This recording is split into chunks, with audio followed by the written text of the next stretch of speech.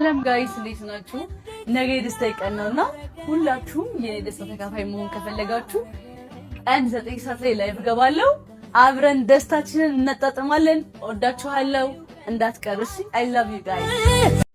የዛሬው 9 ሰዓት በጣም የሚያጓጓ ሰዓት ነው። ሁላችንም ጓጉተናል። እንግዲህ ጃኒን ምን አይነት ሆና እናያት ይሆን? ሰውዬውስ የተደበቀው ሰው ያልተነገረው ሰው ማን ይሆን? ምናልባት ከአዶናይስ ጋር አንድ ላይ ይሆን? ምን ይፈጠራል? ምን እናያለን? የዛሬው 9 ሰዓት ላይ በጉጉት ሁላችንም እየጠበቅነው ነው። እንኳን ደስ አለሽ፣ እንኳን አደረሰሽ።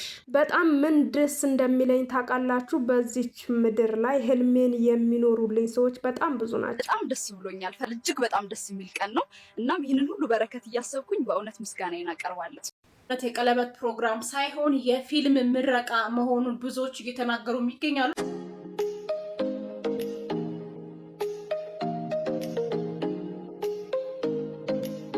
ሰዎች ሁሉም ነገር ላይ ሀሳብ ይሰጣሉ።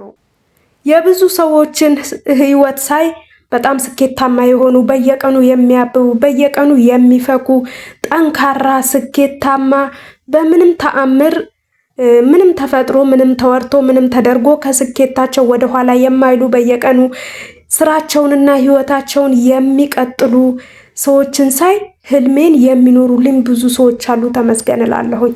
ህልሜ በጭንቅላቴ ውስጥ ብቻ አልቀረም። ብዙ ሰዎች እዚች ምድር ላይ ይኖሩልኛል። ጃኒ በጣም ደስ ይላል። በየቀኑ የምታብብ በየቀኑ የምትፈካ በልጅነቷ በወጣትነቷ ብዙ ነገር ያሳካች በጣም በብዙ ሰው የምትወደድ ብዙ ተከታዮች ያሏት ቤተሰቦቿን የምትደግፍ እስከ ዛሬ እኔ በጣም መጥፎ ነገር ስትናገር ምናምን ሰምቻት አላቅም። የሚወሩ አንዳንድ ነገሮች ቢኖሩም እና ደስ ይላል። እንኳን ተሳካልሽ። እሷም እንደምታዩት በጣም ደስተኛ ነች፣ እየጨፈረች እየተዝናናች። በነገራችን ላይ ጫማዋ አይታይም እንጂ ብራይድ ይላል እና ሰርግ የእውነትም የተባለው ነገር ቀለበቱ እውነት ነው። ግን ፈጣሪን የምለምነው ምን እንደሆነ ታውቃላችሁ? ይሄንን ቀለበት ከአዶናይ ጋር አድርግልኝ ብዬ ነው። ምክንያቱም ምንም ተለያይተናል፣ በቃ በሰላም ነው የተለያየ ነው ምናምን ቢሉም አዶናይ አሁን ያለበት ሁኔታ ጥሩ አይደለም።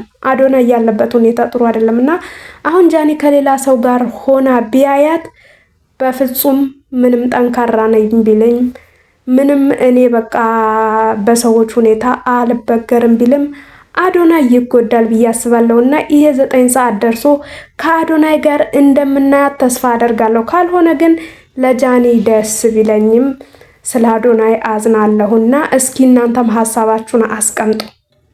እንደምታዩት ጃኒ ነጭ ለብሳ ነጭ ተደግፋ ነጭ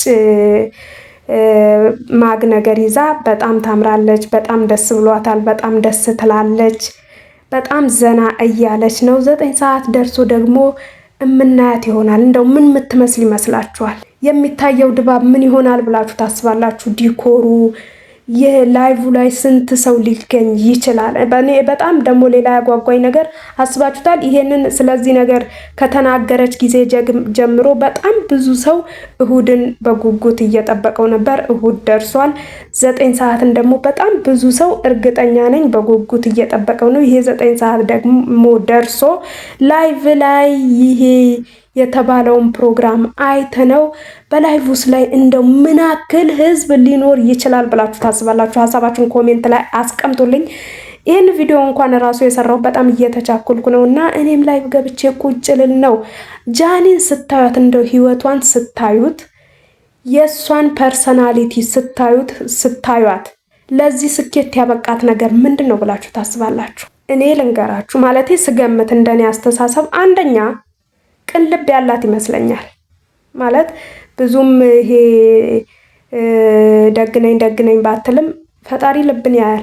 ሌላው ደግሞ ኮንፊደንስ አላት፣ በራሷ ትተማመናለች። ነገሮችን እንደምታሳካ ያሰበችውን ነገር ማሳካት እንደምትችል ታምናለች። በፈጣሪ ታምናለች።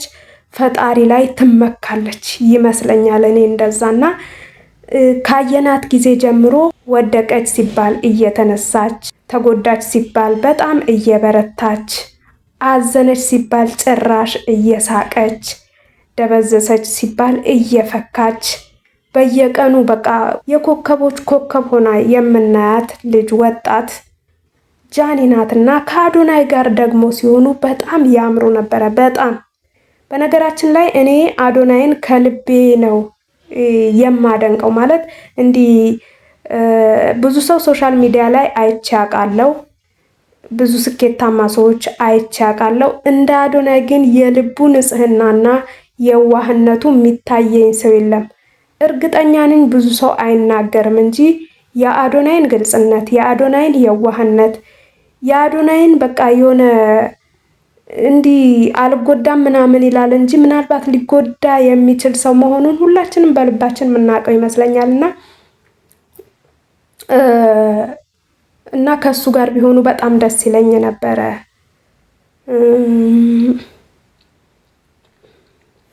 ሌላው ደግሞ የጃኒ ኳሊቲ ብዬ የምለው ምንም ነገር ተፈጠረ ብታዩት ከአዶናይም ጋር ከዛ ከጆን ዳንኤል ጋር ሲጣሉ ከአዶናይም ጋር ተጣሉ ሲባል ከሆኑ ከጓደኞቿም ከምኖቿም ጋር የሆነ ነገር ቢፈጠርም በፍጹም ስራዋን አታቆምም። ላይቭዋ ትገባለች ጽድት ብላ ፈታ ብላ እየጨፈረች ምናምን። አሁን ትላንት ስለሷ ብዙ ነገር ተወርቶ በቃ ወይ ዛሬ ላይቭ አትገባም ምናምን ሲባል እሷ ግን የባሰ ፈክታ የባሰ አምሮባት የባሰ ፈታ ብላ ንጽት ብላ ጥርት ብላ ላይቭዋ ላይ የምትገኝ ከስራዋ ወደኋላ የማትል ሴት ስለሆነች ወጣት ሴት ስለሆነች አደንቃታለሁ። እንግዲህ ፊልም ሰርታለች። ነገር ግን አብዛኞቻቸው ግምታቸውን በቀለበት ፕሮግራም ላይ አስቀምጠው ቢሆንም አብዛኛው ደግሞ በሚባል ደረጃ አሁን ይሄ ሀሳብ የተነሳው ከምን እንደሆነ ልንገራችሁ። የሰርግ ወቅት የሰርግና የመሳሰሉ ነገሮች ወቅት አልፎ አሁን ጾም የተጀመረበት ጊዜ በመሆኑ ሰው ይሄንን ነገር አንዳንድ ሰዎች ሊቀበሉት አልቻሉም። ምናልባት ጃኒ ፊልም ሰርታ ፊልሙን ለማስመረቅ ሊሆን ይችላል። ግን ለምንድነው ጃኒ ፊልም ለማስመረቅ ቀለበት ብላ ልትናገር እንዴት ትችላለች? ይሄ ለእኔ ይሆናል ብዬ አላስብም። እሱን ሰዓቱ ሲደርስ የምናየው ይሆናል። ግን እና በነገራችን ላይ ምን መሰላችሁ፣ እኛ ማመን ያለብን የጉዳዩ ባለቤት ፊት ለፊት ወጥቶ የተናገረውን ነገር ነው እንጂ ገና ለገና ሰዎች እንዲህ ሊሆን ይችላል እንዲህ ተብሏል ያሉትን አይደለም። ፊት ለፊት የጉዳዩ ባለቤት ወጥቶ የነገረን ነገር እናምናለን። ሰዓቱ ደርሶ እናያለን። ካልሆነ ደግሞ የራሳችንን ሀሳብ እንሰጣለን። ጃኒ እንግዲህ ያን የመሰለ የጥሪ ወረቀት አዘጋጅታ ለምታውቃቸው ሰዎች ልካ ለማታውቃቸው ቲክቶክ ላይ የጠራችው ለፊልም ሊሆን እንዴት ይችላል?